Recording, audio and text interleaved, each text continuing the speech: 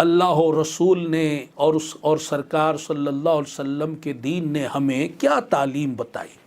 عید کسے کہتے ہیں۔ سیدنا حضرت معاذ بن جبل رضی اللہ تعالی عنہ روایت فرماتے ہیں کہ جو سال میں 5 راتوں میں شب بیداری کرے، وہ کون سی 5 راتیں؟ ذوالحجہ جو عید قرباں سے پہلے آتی ہیں، 8ویں ذوالحجہ کی رات، 9ویں ذوالحجہ کی رات، 10ویں